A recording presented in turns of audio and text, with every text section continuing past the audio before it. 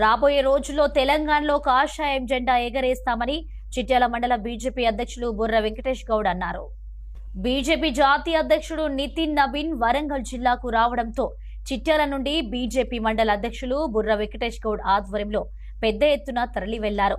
ఈ కార్యక్రమంలో గుండా మణికుమార్, మైదం శ్రీకాంత్, ప్రభాకర్, రాజేందర్, సురేష్ తదితరులు పాల్గొన్నారు.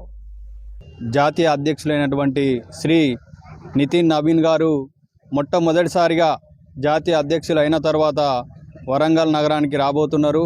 ఎందుకంటే ఈ యొక్క తెలంగాణ రాష్ట్రంలో కూడా భారతీయ జనతా పార్టీని అధికారంలోకి తీసుకురావాలి. ఎందుకంటే ఈ తెలంగాణ రాష్ట్రానికి ఈ యొక్క కేంద్ర ప్రభుత్వం నుండి ఎన్నో సంక్షేమ పథకాలు అందించి ఈరోజు తెలంగాణ రాష్ట్రాన్ని కూడా దేశంలోనే ఒక అగ్రగామిగా భారతీయ జనతా పార్టీ ప్రభుత్వాన్ని తీసుకొచ్చి అభివృద్ధి చేయాలనే ఉద్దేశంతో ఈరోజు ఆర్ట్స్ అండ్ సైన్స్ కాలేజీలో గ్రౌండ్లో ఈ యొక్క బూత్ సమ్మేళనం నిర్వహించడం జరిగింది. దానిలో భాగంగా ఈరోజు చిట్యాల మండలం నుండి కూడా మేము బూత్ అధ్యక్షులతో సహా ఈరోజు ఆ కార్యక్రమానికి వెళ్ళడం జరుగుతుంది.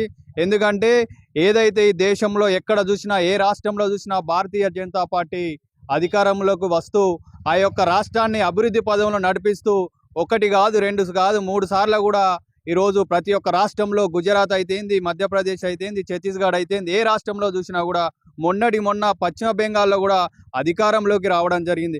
అదే ధోరణితోని తెలంగాణ రాష్ట్రంలో కూడా భారతీయ జనతా పార్టీ అధికారంలోకి వస్తేనే అభివృద్ధి జరుగుతుందని ఈరోజు తెలంగాణ ప్రజలు కూడా భారతీయ జనతా పార్టీ వైపు చూస్తున్నారు. దానిలో భాగంగానే మా అందరికి కూడా ఈ యొక్క కార్యకర్తలకు దిశానిర్దేశం చేయడానికి వచ్చినటువంటి శ్రీ నవీన్ గారికి మేమందరం స్వాగతం పలుకుతూ ఈ యొక్క సమావేశానికి వెళ్తున్నాం. అదే ధోరణితో కూడా మీ యొక్క భారతీయ జనతా పార్టీ కార్యకర్తలను కూడా ఒక సైనికులుగా పనిచేసి భూపాలపల్లి నియోజకవర్గంలో కూడా కాషాయం జెండా ఎగరవేస్తామని చెప్పేసి కూడా మేము తెలియజేస్తున్నాం. అదేవిధంగా తెలంగాణ రాష్ట్రంలో రానున్న యొక్క ఎలక్షన్లో అధికారంలోకి వచ్చే దిశగా కూడా మేము పనిచేస్తామని చెప్పేసి కూడా మేము చేయడం జరుగుతుంది. ఈ యొక్క రామరాజ్య స్థాపనకు మేము ప్రధానమంత్రి నరేంద్ర మోడీ గారి ఆధ్వర్యంలో పనిచేస్తూ ఈరోజు తెలంగాణ రాష్ట్రాన్ని కూడా ఒక దేశంలోనే అభివృద్ధి పదంలో నడిపించే దిశగా కార్యకర్తలందరం, ప్రజలందరం కూడా పనిచేస్తామని చెప్పేసి కూడా మేము తెలియజేస్తూ ఉన్నాం.